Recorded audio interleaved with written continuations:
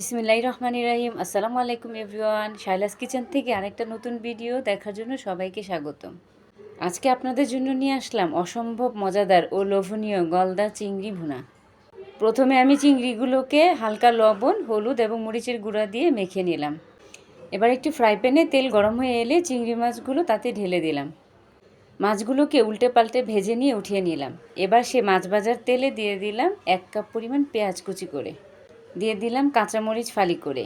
পেঁয়াজ এবং কাঁচামরিচগুলোকে নেড়ে চেড়ে ভালো করে লাল লাল করে ভেজে নেব।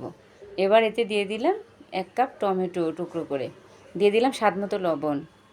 দিয়ে দিলাম আদা রসুন বাটা, হলুদ এবং মরিচের গুঁড়া স্বাদমতো। দিয়ে দিলাম জিরার গুঁড়া।